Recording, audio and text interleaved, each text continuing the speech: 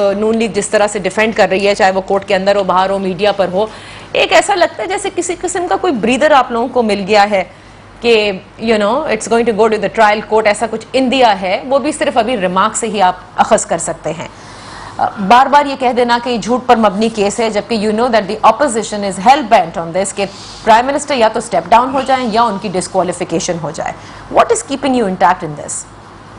देखिए नाजिया, जहाँ तक सुप्रीम कोर्ट का ताल्लुक है तो सुप्रीम कोर्ट ने तो आज वादे कर दिया है कि जेआईटी की सिफारिशात के हम पाबंद नहीं है। यानी सुप्रीम कोर्ट ने ये बिल्कुल वादे कर दिया है कि जेआईटी ने जो रिपोर्ट भेजी है तो वो उसके मुताबिक फैसला नहीं करेंगे।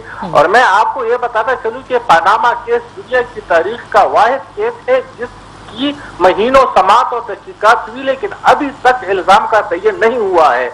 तो इससे बात साफ जाहिर होती है कि ये झूठ पर मुबनी केस है। नहीं, इल्जाम का तयन क्यों नहीं हुआ? जीआईटी की रिपोर्ट सामने है ना, उसमें बताया गया है कि जो शहाना अंदाज है रहने का, जो लाइफस्टाइल है, डज नॉट मैच आपकी जो आमदन है। वो जो एक मनी ट्रेलर्स को तो पता ही नहीं चल रहा ना। उसमें बिल्कुल मियां मोहम्मद नवाज शरीफ का जिक्र नहीं है कि उन्होंने कोई करप्शन की है। करप्शन का नफज जेआईटी के जिसमें ये जो इतना बड़ा बॉक्स आया था जिसमें इतनी बड़ी फाइलें आई थी, तो इसमें कहीं पर करप्शन का लफ्ज इस्तेमाल नहीं हुआ है कि मियां मोहम्मद नवाज शरीफ या उनके खानदान ने कोई करप्शन की है। करप्शन का इल्जाम तो उन पर है ही नहीं। और जो उनके इस्तीफा का मुतालबा कर रहे हैं, तो मेरे ख्याल में ये तो बड़ी अजीब सी बात है कि अभी इल्जाम साबित हुआ नहीं है और आप कह रहे हैं कि प्राइम मिनिस्टर स्टेप डाउन कर ले या प्राइम मिनिस्टर रिजाइन कर ले। क्यों कर ले प्राइम मिनिस्टर रिजाइन? क्या वो